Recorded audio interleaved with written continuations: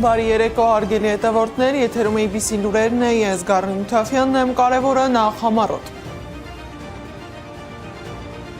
Քարոզչական պաստառ, բազմաբնակարան շենքի վրա անչափահասներ կուսակցական հանրահավաքների, նախընտրական խախտումներ են արձանագրվել։ Թուրքիան վերացնում է առևտրային սահմանափակումները, Երևանը ողջունում որոշումը։ Ինչ է իրականում կանգնած այս քայլի հետևում, հարաբերությունների կարգավորում, թե տնտեսական ազդեցության ընդլայնում։ Զելենսկի այցը, Մոսկվայի կոշտ արձագանքը եւ Երևանի լռությունը։ Ուր է գնում Հայաստանը եւ ինչպես է Կրեմլը հետևում յուրաքանչյուր քայլի։ Կարբիում 13-ամյա տղային դասընկերները պարբերաբար բռնության են ենթարկել, ինչ է բացահայտել ոստիկանությունը։ Ողբերգական դեպք Երևանում, Կամազը Դավիթ Բեկ փողոցում մխրճվել է տան մեջ, վարորդը մահացել է։ Ում պատճառով է ապտակ ստացել Մակրոնը, ինչ սև կատու է անցել Ֆրանսիայի նախագահի ու կնոջ միջով, լրագրողը մանրամասներ է հրապարակել։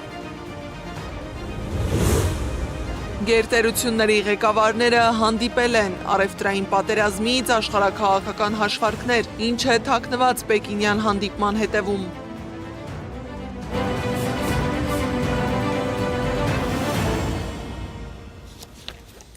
Պաստառներ արգելված վայրում աշակերտներ քարոզարշավին, ընդ որում դասի ժամին։ Քարոզարշավի 6-րդ օրն է եւ արդեն խախտումներ են արձանագրվել։ Հետքը գրել է թիվ 14 ընտրատարածքային ընտրական հանձնաժողովի գործունեության հասցեից մոտ 100 մետր հեռավորությամբ Էջմիածնի Մաշտոցի փողոցի բազմաբնակարան շենքի վրա մի քանի օր է քարոզչական պաստառ է փակցված։ Քաղաքացիական պայմանագիր կուսակցության քարոզական պաստառը Փաշինյանի լուսանկարով չեն տեսնում ոչ հանձնաժողովի անդամները, ոչ Վաղաշապատի համայնքապետարանը։ Մինչդեռ ընտրական օրենսգիրքը հստակ սահմանում է, որ հանրության համար տեսանելի քարոզչական պաստառ, քարոզչական տպագիր եւ այլ նյութեր կարող են տեղադրել միայն հատուկ այդ նպատակով առանձնացված վահանակների վրա, վճարովի գովազդային վահանակների վրա, ընտրական շտաբների վրա։ Բազմաբնակարան կամ ստորաբաժանված շենքերի վրա քարոզչական պաստառ, քարոզչական տպագիր եւ այլ նյութեր փակցնել չի թույլատրվում։ Իսկ Արագածոտնում նախընտրական քարոզարշավը տեղափոխվել է նաև կրթական հաստատություններ։ Ահազանգերի համաձայն ուսուցիչներն ու անգամ աշակերտները դասաժամերին կազմակերպված մասնակցել են իշխող ուժի հանդիպումներին։ Կրթության նախարարությունը խոսում է քննության մասին, դիտորդները վարչական ռեսուրսի կիրառման, դպրոցը կրթության, թե քաղաքական մոբիլիզացիայի տարածք։ Սետավարյանն է անդրադարձել թեմային։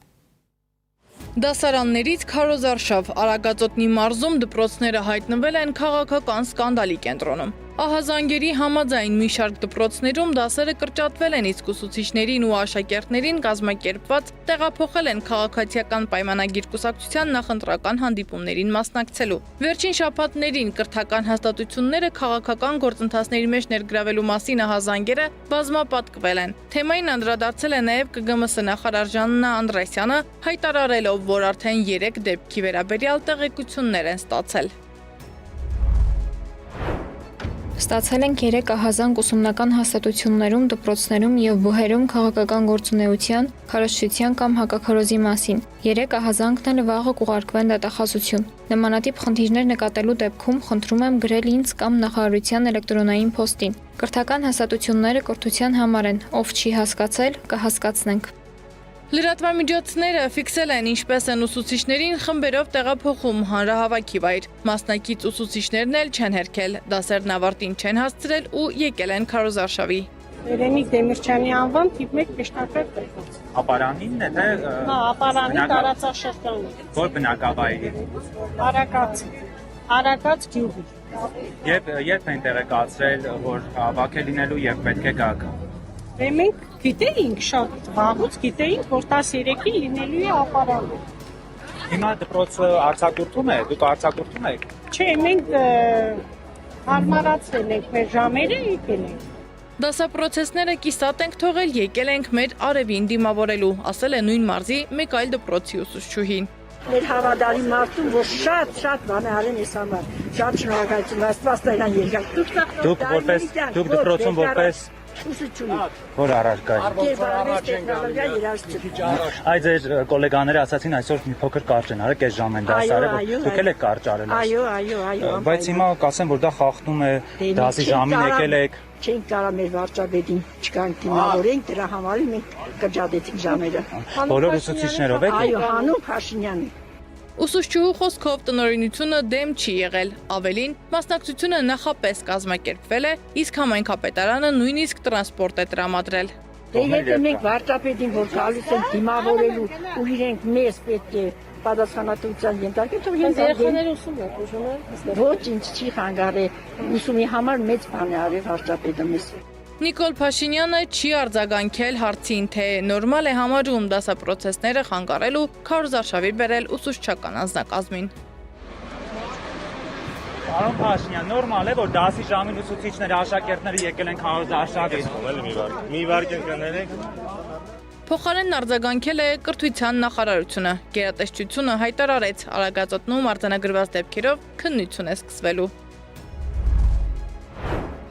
Այսօր մայիսի 13-ին Ապարան քաղաքում Արագած եւ Քուչակ գյուղերի ուսումնական հաստատությունների մի շարք ուսուցիչներ եւ աշակերտներ աշխատանքային ժամերին մասնակցել են քաղաքական քարոզարշավի։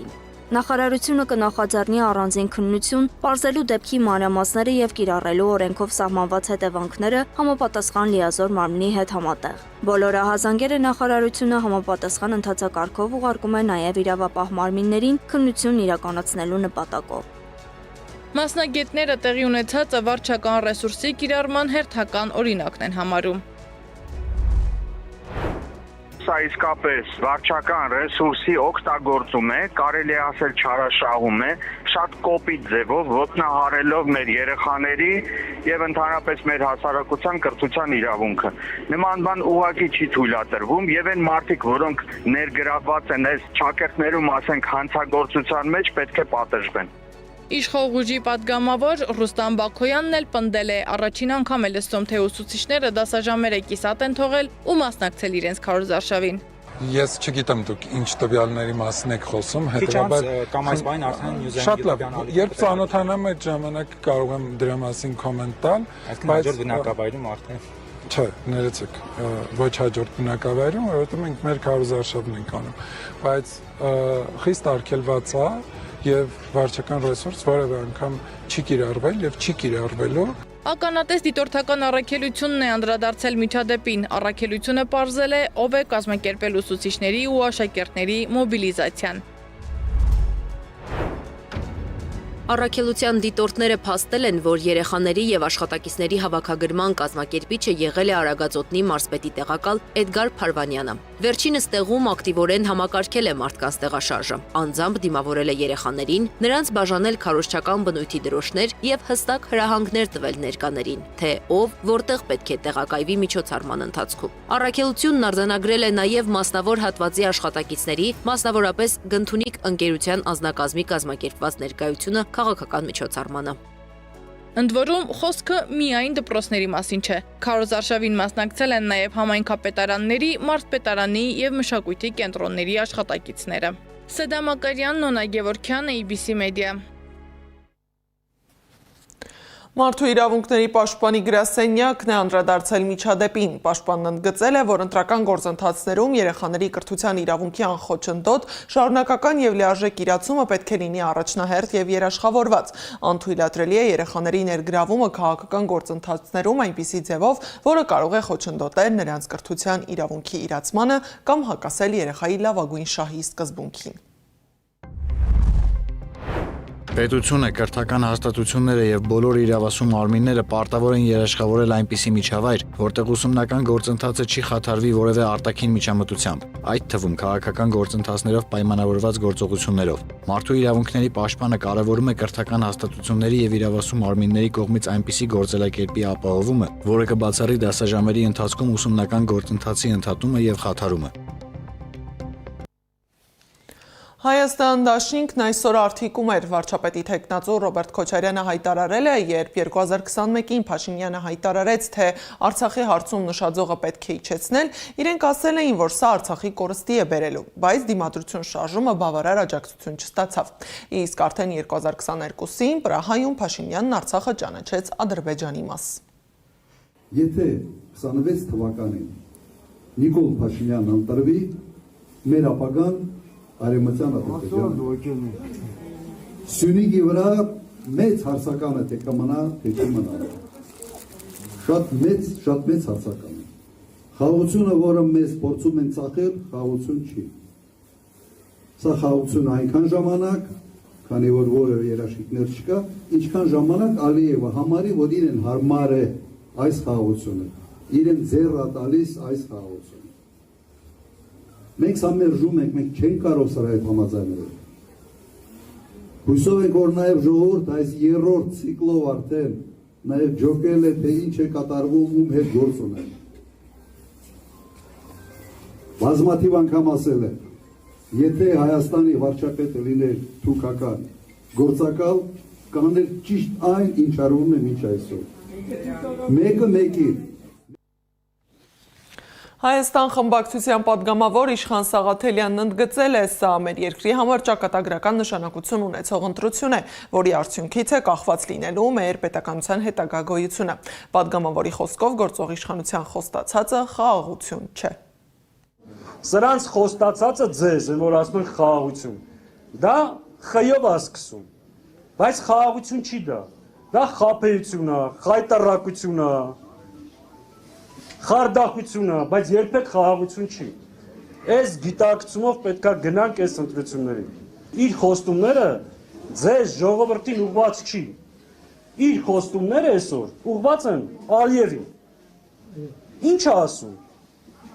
Ասում է, որ Հայաստանի տարածքում կան ադրբեջանական տարածքներ, կընտրվեն, կվերադարձնեն։ Այդ ինչ կապ ունի ժողովրդի հետ, Ալիևին է խոստանում։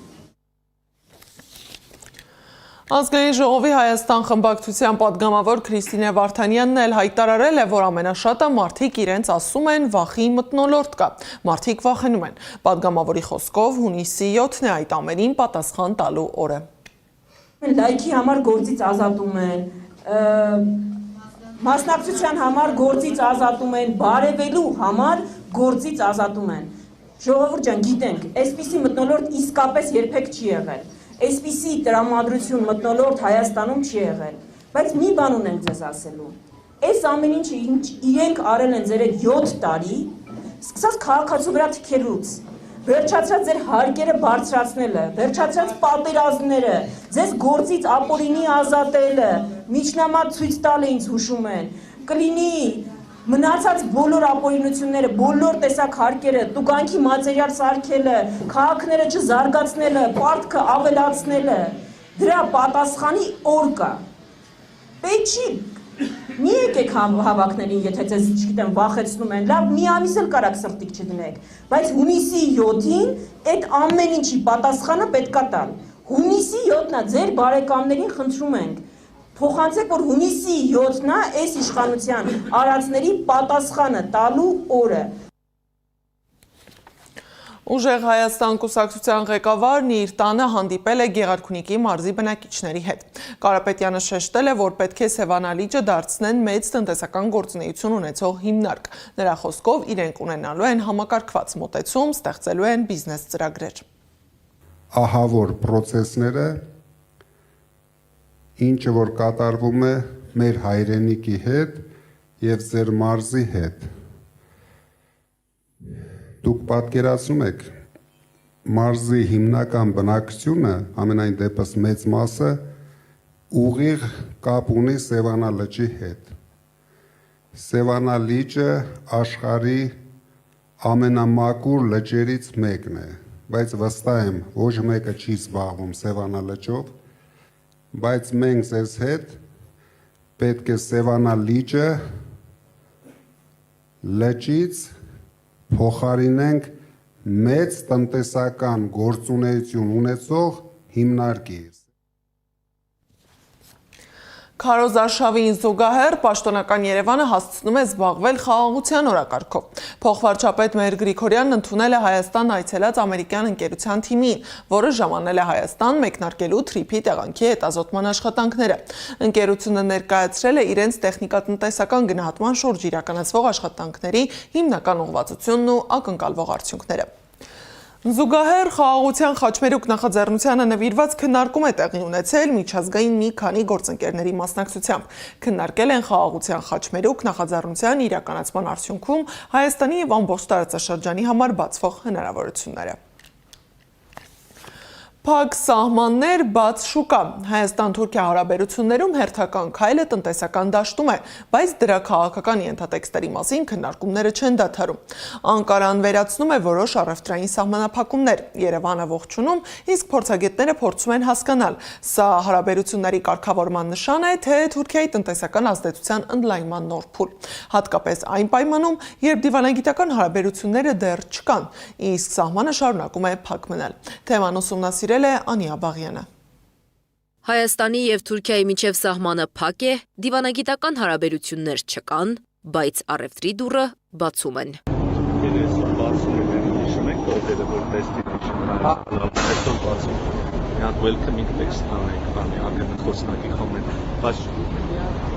Այս փսփսոցից մեկ օր անց միայն գրեցին welcome-ի տեքստը։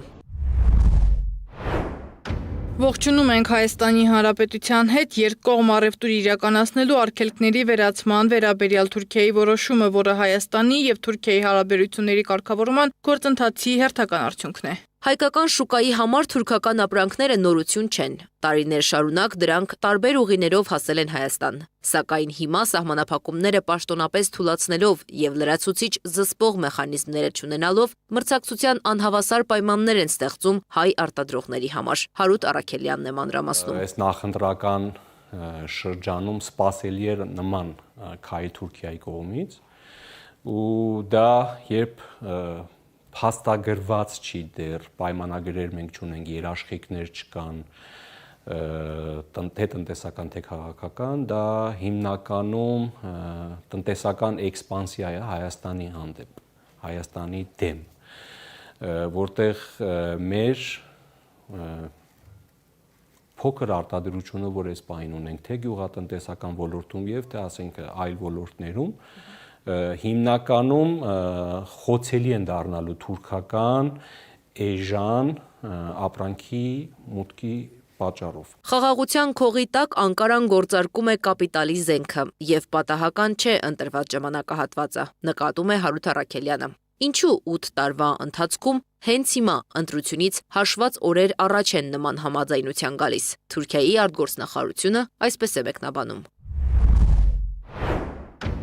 Նոր ներդրված կարգավորումների շնորհիվ հնարավոր է դարձել Թուրքիայից Հայաստան երրորդ երկրով կամ նույն երթուղով ժամանող ապրանքները որպես վերջնական նպատակակետ կամ ծագման վայր նշել Հայաստանը, Թուրքիան։ Թուրքիան նախընտրական փուլում նվեր է անում Նիկոլ Փաշինյանին, ընդգծում է Առաքելյանը։ Հայ ազգային կոնգրեսի վարչապետի թեկնածու Լևոն Զուրաբյանը եւս կասկած չունի։ Եթե մենք գնում ենք դեպի խաղաղություն, ավելի ճիշտ, եթե մենք հավատանք Նիկոլ Փաշինյանին եւ Իլհամ Ալիևին, այդ խաղաղությունը այլևս հաստատված է։ Ու եթե հաստատված է,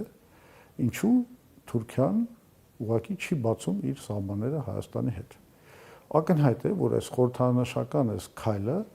ընդհանրապես կառուցված է մի նպատակով, որ նախընտրական մի իմպուլս ուղարկեն, որով ցուցադրեն իրենց աջակցությունը Նիկոլ Փաշինյանին։ Հարութ Առաքելյանի խոսքով Թուրքիան վերացնում է առևտրի արգելքը, բայց պահպանում է սահմանի ցամաքային եւ դիվանագիտական բլոկադան, ապացուցելով, որ նպատակը ոչ թե քաղաքական բարիդրացիությունն է, այլ զուտ ապրանքային էքսպանսիան եւ փող աշխատելը։ Բայց Անկարան այսպիսով ավելի ընդգրկուն հարց է լուծում։ Երբ տարածաշրջանում անվտանգային վակուում է տեղի ունենում, սա դարավոր այսպես է եղել Հարավային Կովկասը։ Հիմնականում Հարավային Կովկասը 3 գերտերությունների մրցակցության դաշտն է։ Իրանի, ժամանակի Օսմանյան կայսրության կամ Բյուզանդյան կայսրության եւ արդեն հետո Ռուսաստանի։ Հիմա Իրանը զբաղված է իր խնդիրներով, Ռուսաստանը իր խնդիրներով, որոնք երկուսն էլ առաջացել են Ամերիկայի Միացյալ Նահանգների դրդմամբ։ Հետևաբար մնում է տարածաշրջանում Թուրքիան, որ այս վակուումը պիտի լրացնի։ Եվ որովհետև Թուրքիան նաև պետք է Միացյալ Նահանգներին միջին միջանցքը վերջնականապես գործարկելու համար։ Բարձրացրած խնդիրները հաշվի առնելով զրուցակիցներս նշում են, հարևան պետության հետ չեն կարող շարունակ փակ սահմաններով ապրել, բայց կան կարևոր ու զսպող մեխանիզմներ, որ պաշտոնական Երևանը պետք է ձեռնարկի։ Այն պահից, երբ որ Հայաստանի Հանրապետության ազգային ժողովը կգնահատի աշխատելով արտգործնախարարության եւ ազգային անվտանգության ծառայության միասին, որ տվյալ երկիրը այլևս չունի համակարգային հայատյաց քարոզչություն, հետեւաբար չի կարող ունենա ինչ որ չարամիտ գաղտնի պլաններ կապված երկրի կլանման, չգիտեմ, տնտեսական ագրեսիայի կամ այլ տեսակի ագրեսիաների առումով այդ երկրի մասին, այդ երկիրը սովորական երկրի կարգավիճակից կբարձրացվի բարեկամական երկրի կարգավիճակի։ Գործող իշխանությունը այդ քայլերը չի կատարելու, նշում է Լևոն Զուրաբյանը։ Իսկ Հայաստանի պետական ինստիտուտները ունեն բավարար կամք դիմագրավելու թուրքական էժան կապիտալի կենտրոնացված եւ ագրեսիվ ալիքին, թե Վրաստանի օրինակին հետևելով նախ կուլ կգնան, հետո կփորձեն վերականգնման, զսպման մեխանիզմներ կիրառել։ Անի Աբաղյան, Տարոն Ղանդիլյան, Աշոտ Բարբարյան, ABC Media։ Երևանում եվրոպական հարթակ Զելենսկիի մասնակցություն, Կրեմլի կոշտ արձագանքներ ու հնչող նախազգուշացումներ։ Ռուսաստանը կարծես այլևս չի թաքցնում իր անհանգստությունը Հայաստանի արտաքին քաղաքական ընթացքից։ Պուտինը խոսում է ընտրության անհրաժեշտությունից, Վոլոդինը հիշեցնում է ուկրաինական սցենարը։ Իսկ Երևանը շարունակում է փորձել հավասարակշռել հակադիր բևեռների միջև։ Բայց որքանով է հնարավոր երկար մնալ այդ բարակ գծի վրա, երբ յուրաքանչյուր քայլ արդեն աշխարհաքաղաքական ազդակ է ընկալվում։ Հարցերի պատասխանները ռեպորտաժում։ Քաղաքական հայտարարություններ, կոշտ արձագանքներ եւ վտանգավոր զուգահեռներ։ Երևանում եվրոպացի առաջնորդների մասնակցության միջոցառումից հետո հայ-ռուսական հարաբերություններում նոր լարվածության նշաններ են ի հայտ գալիս։ Ռուսաստանին դուր չի եկել հատկապես Զելենսկիի ներկայությունը եւ ելույթը Հայաստանում։ Զելենսկիի ելույթից հետո Ռուսաստանի Դաշնության Պետդումայի նախագահ Վյաչեսլավ Վոլոդինը հայտարարեց. Ուկրաինայում էլ ամեն ինչ հենց այսպես էր սկսվում, ակնարկելով, որ Հայաստանի ներկայիս արտաքին քաղաքական ընթացքը կարող է նույն սցենարին հանգեցնել։ Այսինքն դրանով ուզում են ասել, որ իրենց համար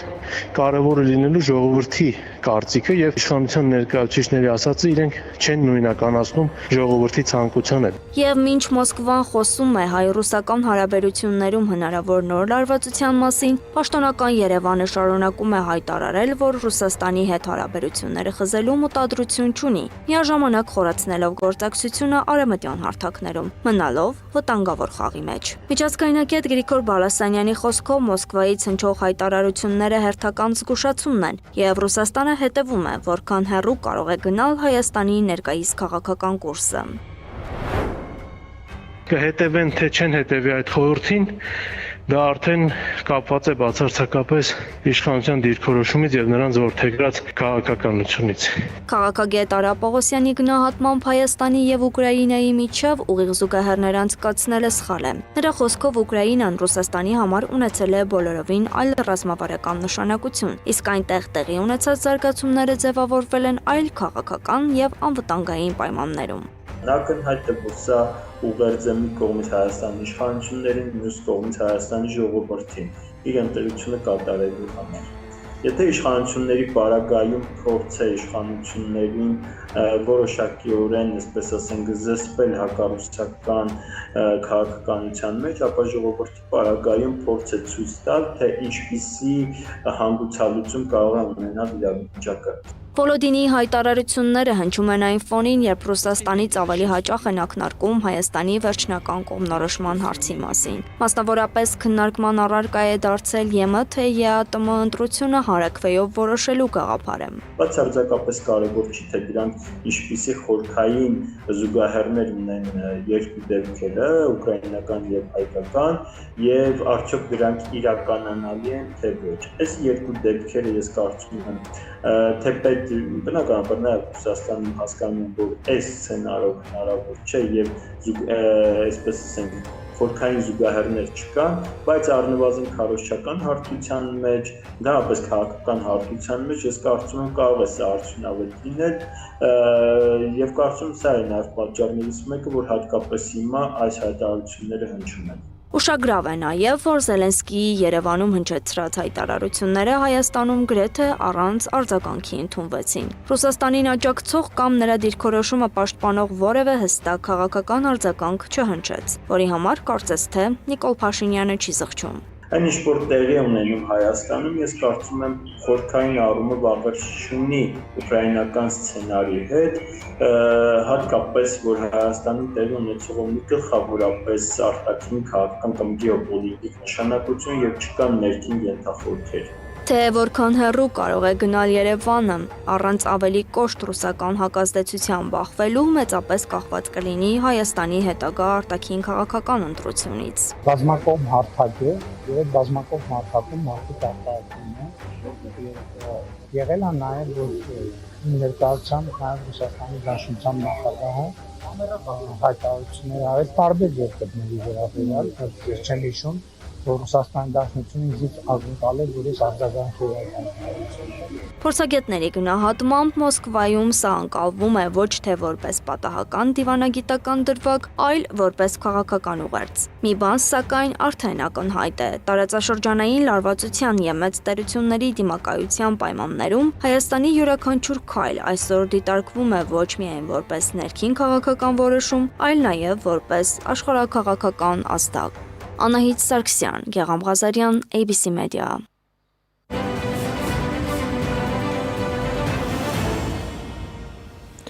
Համայնքային ոստիկանները բացահայտել են 13-ամյա պատանու նկատմամբ բռնության դեպքը։ Ներքին գործերի նախարարի անունից միջնորդագիր է ներկայացվել ԿԳՄՍ նախարարին։ Միջադեպի վերաբերյալ ոչ ուսումնական հաստատությունը, ոչ անչափահասի ծնողները ներքին գործերի նախարարության ոստիկանություն հաղորդում չեն ներկայացրել։ Անչափահասի մորը մայիսի 11-ին հրավիրել են համայնքային ոստիկանության աշտարակի բաժին, որտեղ հաղորդում է ներկայացրել, որ հրմշտոցի ընթացքում հարվածել են որդու գլխին, ինչի հետևանքով նա ուշը գնացել եղել եւ բուժօգնությամբ տեղափոխվել Կարբիի բուժամբուլատորիա, այնուհետև Սուրբ Աստվածամայր բժշկական կենտրոն։ Համայնքային ոստիկանները պարզել են վիճաբանության մասնակիցների ինքնությունը։ Խոշոր ու ողբերգական ավտովթար է տեղի ունեցել Երևանում ժամը 14:40-ի սահմանում կամազ մակնիշի բեռնատարը Դավիթ Բեկի փողոցում դեռևս անհայտ հանգամանքներում դուրս է եկել երթևեկելի գոտուց եւ մխրճվել բնակչի տան մեջ։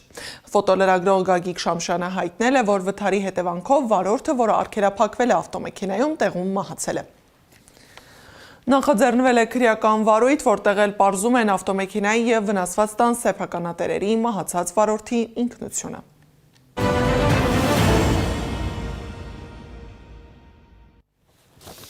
Երկու գերտերություն, մեկ բանակցային սեղան եւ աշխարհ, որը սպասում է, ինչ արդյունք կտա այդ հանդիպումը։ ԱՄՆ-Չինաստան հարաբերություններում լարվածությունը վերջին տարիներին միայն աճել է, առևտրային պատերազմներից տեխնոլոգիական ու ռազմաքաղաքական մրցակցություն։ Սակայն նույնիսկ ամենախոր հակասությունների պայմաններում Վաշինգտոնն ու Պեկինը ստիպված են խոսել միմյանց հետ։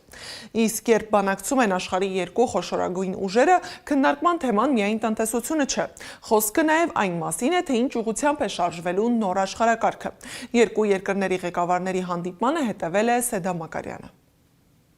Միացյալ Նահանգներ Չինաստան հարաբերությունները վերջին տարիներին բնութագրվում են առևտրային պատերազմներով, տեխնոլոգիական մրցակցությամբ եւ փոխադարձ կոշտ հայտարարություններով։ Հենց այս ֆոնին է Միացյալ Նահանգների նախագահ Դոնալդ Թրամփը մեկնել Պեկին հանդիպելու Չինաստանի նախագահ Սի Ցզինփինին, այց որը միջազգային մամուլը բնութագրում է որպես տերությունների բախում։ Չնայած Վաշինգտոնի եւ Պեկինի միջև շարունակվող լարվածությանը, կողմերը կրկին նստում են բանակցությունների սեղանի շուրջ։ Պատճառները մի քանիստ են՝ համաշխարհային տնտեսությունից մինչև անվտանգային ճգնաժամեր ու աշխարհաքաղաքական խնդիրներ։ Առաջին խոշոր թեման տնտեսությունն է։ Միացյալ Նահանգները փորձում է հասնել նոր տնտեսական պայմանավորվածությունների, մաքսատուրքերի արտահանման սահմանափակումների եւ տեխնոլոգիական շուկաների հասանելիության հարցերում։ Թրամփը փորձելու է Չինաստանից ստանալ, այսպես ասած, ամերիկյան ընկերությունների համար առավել նպաստավոր պայմաններ, եթե այդպիսի փորձ լինի, ապա Չինաստանն էլ բնականաբար իր հերթին իր պայմաններն է առաջ քաշելու Միացյալ Նահանգների հանդեպ։ Խոշոր հաշվով հասկանալի է, որ գործ ունենք համաշխարհային տնտեսության երկու, պես ասենք, հսկաների հետ, յուրաքանչյուրը իր խնդիրներով։ Սակայն տնտեսական հակասություններից ոչ պակաս խորն են քաղաքական տարաձայնությունները։ Երկու գերտերություններն այսօր փաստացի աջակցում են միմյանց ռազմաքաղաքական հակառակորդներին։ Չինաստանը շարունակում է սերտ հարաբերությունները պահպանել Իրանի հետ, մինչդեռ Միացյալ Նահանգները բացահայտ աջակցում է Թայվանին, թե ռազմական, թե քաղաքական մակարդակով։ Սրանք այն կետերն են, որոնք տարիների ընթացքում դարձել են Վաշինգտոնի եւ Պեկինի հարաբերությունների ամենազգայուն թեմաները։ Բազմաթիվ այլ խնդիրներ կան կապված ավելի գլոբալ խնդիրների հետ, այդ թվում նաև Իրանի հարցը, այդ թվում Ռուսաստան, Իրան, Չինաստան համագործակցությունը եւ Ամերիկայի հնարավոր օգուտները կամ իր կողմը գրավելու հավանական ուրեմն գործընկերներին։ Բացի երկկողմ խնդիրներից օրակարգում են նաև ավելի լայն աշխարհաքաղաքական հարցեր, մերձավոր արևելքում աճող լարվածությունը, Հնդկա-Խաղաղօվկիանոսյան տարածաշրջանում ուժերի վերադասավորումը, նոր տնտեսական եւ ռազմական դաշինքների ձևավորումը։ Փորձագետների գնահատմամբ Պեկինում այս հանդիպումը միայն Միացյալ Նահանգներ-Չինաստան հարաբերությունների մասին չէ, խոսքն այն մասին է, թե ինչ կանոններով է ձևավորվելու նոր աշխարհակարգը, կամ ի վերջո կկարողանան կողմերը գոնե մեկ հարցում գալ համաձայնության։ Որևէ անգամ միջանկյալ համաձայնության կողմերը գալու են, թե հակառակը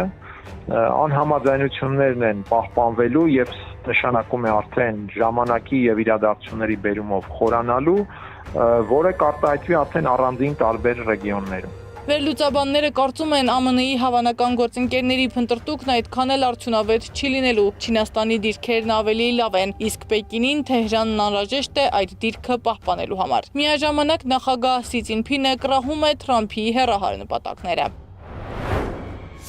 Չնայած այդ նույն Միացյալ Նահանգների կողմից հարկային դժվարություններին, Չինաստանը իրեն շատ վստահ է զգում, չինական յուանը բավականին լավ դիրքավորված վիճակում է, տնտեսությունը միանշանակ վերելքի վրա է եւ ինչ որտեղ այդ տնտեսությունը նաեւ կախված է ուրեմն Իրանից վառելիքա էներգետիկ ռեսուրսների ներկրման վրա։ Այսպիսով Վաշինգտոն-Պեկին բանակցությունը պարզապես հերթական դիվանագիտական կանգառը չէ։ Այն տեղի ունենում մի ժամանակահատվածում, երբ աշխարհում վերաձևավորվում են ազդեցության կենտրոնները, վերանայվում են դաշինքները, իսկ գերտերությունների յուրաքանչյուր հանդիպում կարող է ազդեցություն ունենալ ոչ միայն տարածաշրջանների, այլ ամբողջ միջազգային համակարգի ապագայի վրա։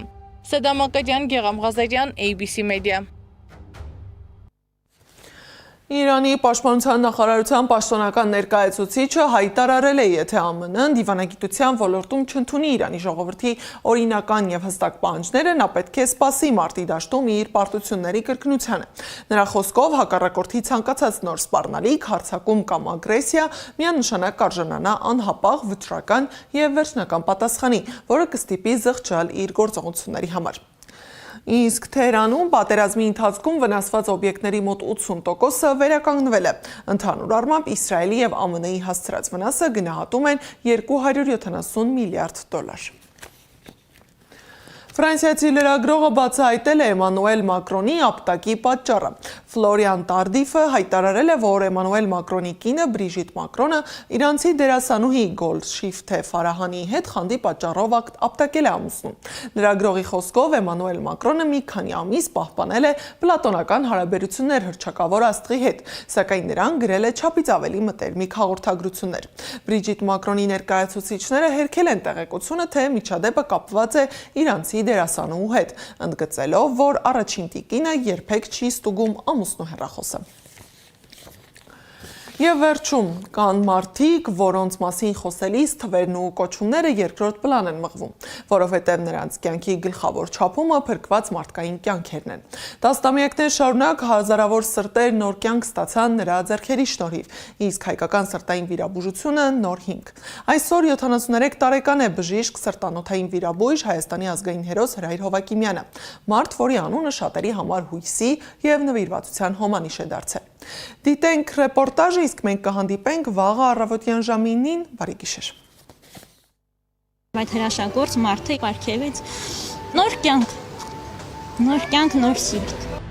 Այդ հրաշագործ մարդը սրտաբան ազգային հերոս Հրայր Հովակիմյանն է։ Լեգենդներ են պտտվում բժշկի անվան շուրջ։ Մեր երկրում սրտանոթային վիրաբուժության հիմնադիրը Հայաստան ժամանելուն պես շատ հաճախ միանգամից ուղևորվում է հիվանդանոց, կորցնելու ժամանակ չունի։ Օրինակ, այցերից մեկի ժամանակ 2 շաբաթում առողջացրել է 30 հիվանդի սիրտ։ Մայիսի 13-ը ծննդյան օրն է այն մարդու, ում անունը շատերի համար վաղուց դարձել է կյանքի ու հույսի խորհրդանիշ։ Հրայր Հովակիմյանը դարձավ 73 տարեկան։ Երբ որ 91-ին Հայաստան եկա, մի 7-8 խենթեր կային, որոնք մի երազի հավատացի, իմ գործընկերները, որոնք առաջին փչիչն էին գոյավորելու նախ երազանքը եւ կամաց դարների տասկի իրագործելու։ 90-ականների սկզբին, երբ Հայաստանից զանգվածային արտագաղթ էր տեղի ունենում, կային մարդիկ, ովքեր հակառակ ուղղությամբ էին գալիս կառուցելու եւ ստեղծելու։ Նրանցից մեկը հենց բժիշկ Հովակիմյանն էր։ Առաջին վիրահատությունները Երևանում արել է ցուրտ ու մութ տարիներին, հովարային անջատումներով, առանց ջեռուցման, կարճ ասած սրտի վիրահատության համար ոչ բավարար պայմաններում։ Նա մեր հանրապետության ազգային հերոսի կոչմանն արժանացած առաջին բժիշկն է։ Մարդ, ով ավելի քան 30 տարի զուգահեռ աշխատում է Հայաստանում եւ Միացյալ Նահանգներում։ Հայաստանում երբեք չի վարձատրվում, ինքն է այդպես որոշել։ Սիրիահայ բժիշկը Հայաստան եկավ միջազգային փորձով ու ամերիկյան կրթությամբ, վերադարձավ հայրենիք իրականացնելու իր երազանքը։ Այդ տարիներին նա մոտ 40 տարեկան էր։ Նրա վերադարձը դարձավ շրջադարձային ոչ միայն մեկ հիվանդանոցի, այլև ամբողջ ոլորտի համար։ Նրա գործընկերներն ու աշակերտները նշում են, եթե չլիներ Հովակիմյանը, Հայաստանի սրտային վիրաբուժությունը շատ ավելի ուշ եւ շատ ավելի դժվար ճանապարհով կզարգանար։ 1993 թվականից նա դարձավ այն առանցքը, որի շուրջ սկսեց ձևավորվել ժամանակակից սրտաբանական համակարգը։ Նախ զարգացավ մանկական սրտաբանությունը, հետո մեծահասակների սրտային վիրաբուժությունը։ Այդ տարիները հիշում են որպես հիվանդանոցում ապրելու ժամանակաշրջան։ 1993 թվականին հենց նրա գլխավորությամբ հիմնադրվեց նոր Քմարաշ բժշկական կենտրոնը։ Նա Երևանում բնակարան չունի, հաճախ գիշերում է հիվանդանոցում, ժամանակը ամբողջությամբ նվիրելով վիրահատություններին։ Բժիշկ Հովակիմյանը չի ամուսնացել, բայց աշակերտները դարձել են նրա երեխաները։ Նա արժանացել է բազմաթիվ կոչումների ու պարգևների, այդ թվում Երևանի պատվավոր քաղաքացու, Հայաստանի գիտությունների ազգային ակադեմիայի պատվավոր դոկտորի։ Պարգևատրվել է Սուրբ Մեսրոպ Մաշտոց շքանշանով, հայրենիքին մատուցած ծառայությունների համար 2-րդ աստիճանի մեդալով եւ այլն։